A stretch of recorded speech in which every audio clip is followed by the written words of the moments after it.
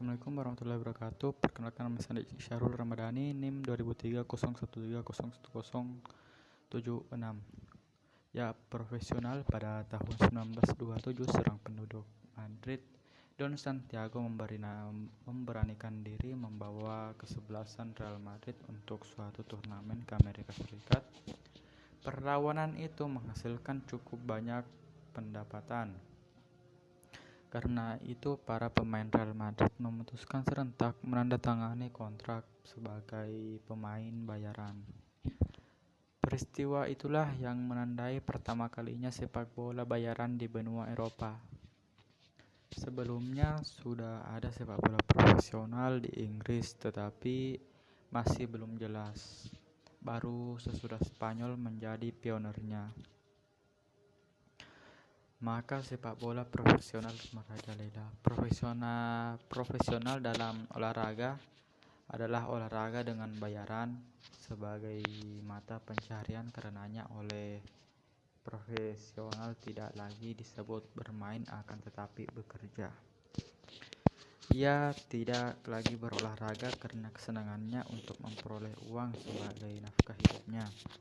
Meskipun demikian, tidak dapat dikatakan bahwa profesional itu tidak sportif lagi. Jika seseorang olahragawan profesional bermain kasar, licik atau curang, ia tidak akan disukai oleh penonton yang membayarnya dengan membeli karcis. Di Indonesia, profesionalisme dibenarkan karena dapat memperluas lapangan kerja.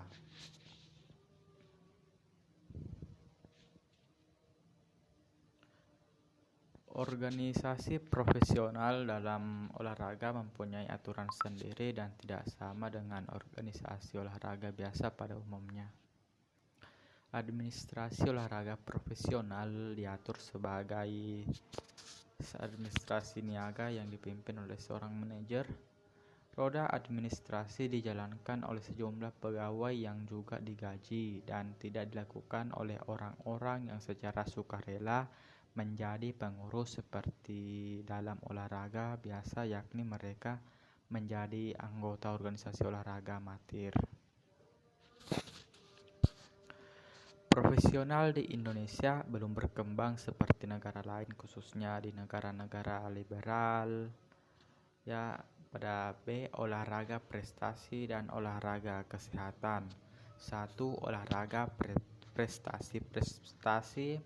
Olahraga di dunia semakin menunjukkan kemajuan yang dramatis di tahun-tahun belakangan ini.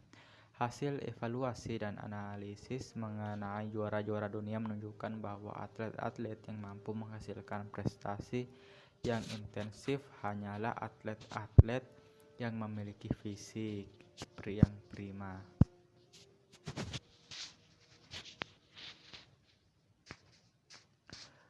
Menguasai teknik yang sempurna, memiliki karakteristik psikolog dan moral cocok untuk cabang olahraga yang dilakukan, sudah berpengalaman berlatih dan bertanding bertahun-tahun. Pada era tahun 1960 sampai 1970, kita mengalami pasang surut di arena olahraga.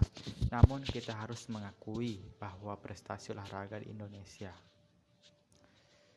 Kedua, olahraga kesehatan. Perkembangan olahraga di sekolah dan perkembangan tingkat kesejahteraan masyarakat berkaitan dengan erat perkembangan olahraga kesehatan di Indonesia. Istilah olahraga kesehatan menjadi populer sejak tahun 1980, namun olahraga kesehatan sudah dikenal sejak 50 tahun yang lalu. Khususnya sejak zaman Jepang dengan memperkenalkan Taiso yang merupakan olahraga massal bagi murid-murid sekolah. Dalam perjalanan olahraga selanjutnya, olahraga kesehatan mengalami pasang surut mengikuti arah dan kebijakan pemerintah dalam hal olahraga dan juga mengikuti perkembangan tingkat kesejahteraan dan kemakmuran masyarakat. Sebelum tahun 1945, yaitu pada zaman Jepang, Setiap pagi murid-murid sekolah mendapat acara kegiatan jasmani massal yang disebut kesehatan. Pada sekitar tahun 1975 disebarluaskan bentuk olahraga kesehatan senam pagi Indonesia seri A, B, dan C. Dalam perkembangan selanjutnya, hasanah olahraga kesehatan semakin diramaikan dengan hadirnya senam kesegaran jasmani dan senam jantung sehat. Ya, secara umum, ciri olahraga kesehatan massal artinya olahraga kesehatan dapat diikuti sejumlah besar orang secara serentak. Mudah artinya gerakan olahraga kesehatan mudah dapat dilakukan dengan baik oleh anak-anak, dewasa maupun manula. Murah artinya tidak memerlukan peralatan maupun ruangan khusus untuk pelaksanaannya. Meriah artinya dapat membangkitkan suasana santai dan gembira, bebas stres, dan memungkinkan silaturahmi yang lebih baik. Ya, manfaat dan aman artinya manfaatnya dapat dirasakan baik lahir maupun batin serta kecil kemungkinan terjadinya cedera. Kesimpulan, profesional dalam olahraga adalah olahraga bayaran. Artinya seseorang profesional bermain untuk memperoleh bayaran sebagai mata pencaharian. Hasil evaluasi dan analisis mengenai juara-juara dunia menunjukkan bahwa atlet-atlet yang mampu menghasilkan prestasi yang intensif hanyalah atlet-atlet yang memiliki fisik yang prima, menguasai teknik yang sempurna, memiliki karakteristik psikolog dan moral cocok untuk cabang olahraga yang dilakukan, sudah berpengalaman berlatih dan bertanding bertahun-tahun. Sekian dari saya. Wassalamualaikum warahmatullahi wabarakatuh.